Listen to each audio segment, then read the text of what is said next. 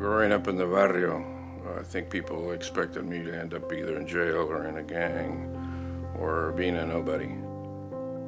We didn't have very many choices. We had three. You either found a job, you got married, or you went to Vietnam. In my case, I got married. I got married very young. I wish I could have possibly have gone to college. Yeah, that was one of my biggest goals, is to have equal opportunity in education for all kids. Didn't matter what color and race they were. 2013-2014, the school year, was the first group that received the scholarship. And those were only 4 students. We had enough funds to give $1,000 to each one of the 4 comprehensive high schools. In 2021, we will have 17 recipients.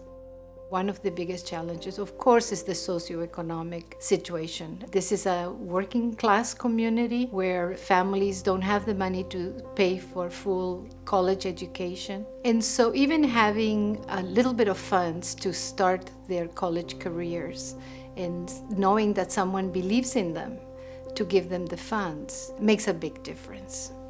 Coming from a low-income community and family, you are already many steps behind. You're competing at the international level. And with the Rudy Chavarria Scholarship, he offered one step forward.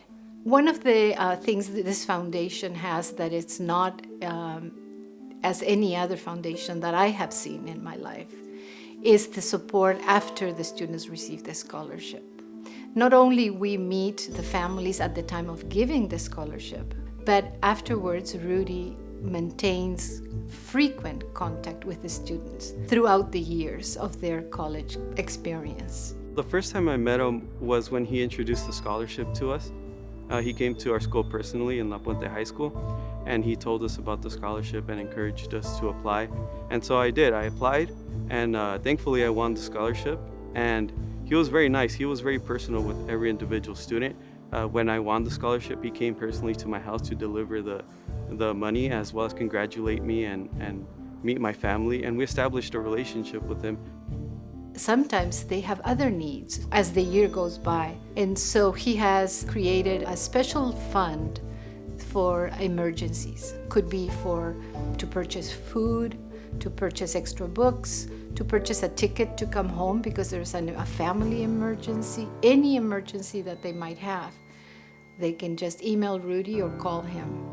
Finding my 4th, 5th year is how difficult some of the kids still were struggling with money. So I created what we call an emergency fund. I just got through giving a non-documented student $500 to stay in school.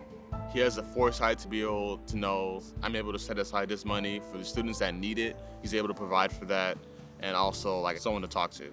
So grateful for the award that I was given, because without it, I don't think I would be here today. It came at a time that we really needed it, and I feel like everything happens for a reason, so I'm just so grateful. Rudy is an extremely caring person. He has lived and worked in this community all his life, and he is dedicated to making this a successful community for the youth. He is extremely passionate about the individual success of each one of the students. The last time I talked to him, it was a few weeks ago, actually. He had called me. He always wants to catch up and know how I'm doing with my academics. And the last time I talked to him, I told him that I got a new car. That's like a huge accomplishment, something I really want to do for myself. He still calls me every month or two just to check in, and it's been 5 years. He offers a lot of support, whether financial or even connections. People that donate to the foundation believe in Rudy. And I think that is one of the secrets of the success in the foundation. He has established relationships with the donors. He is the most perfect person for this board and most perfect person for this foundation, because you know that when you're talking to Rudy, he's not going to give up on you ever. And I think that's so vital, because I think sometimes in our lives we come across people that let go of us, and Rudy will never do that. That's one of the things they always ask me. Where did you go to college, Mr. Chavarria?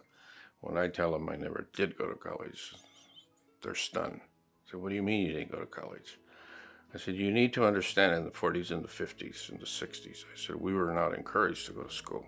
That meant I didn't have the opportunity that you have, because it doesn't matter what color or race you're in, no one can stop you from getting an education. Money, yeah, it's a problem. I said, but it can't be. When you're a minority, especially now in these days, nothing should stop you from going to school, no matter what you want to be. I think a lot of the times we have this imposter syndrome that we're not meant to be in these spaces, but we are. We're totally valid in being in these spaces. And just remember that your stepping stone and your struggles that you're going through, you're going to be able to become a resource for younger generations. And I think that's the most vital thing, that now I can be a resource to my community members that have never been through it, and I can be someone that they can speak to and know that they can also become a resource for other people. And I think that's so vital to make sure that the community grows stronger and that we're able to give back to it so that it can develop into a more successful thing. I get really close to the kids because I want them to understand that this foundation is not about me, it's about them. Our ultimate goal as starting the foundation is to keep them in school. I said, it's one of the things, you'd never be ashamed where you came from, and don't forget where you came from.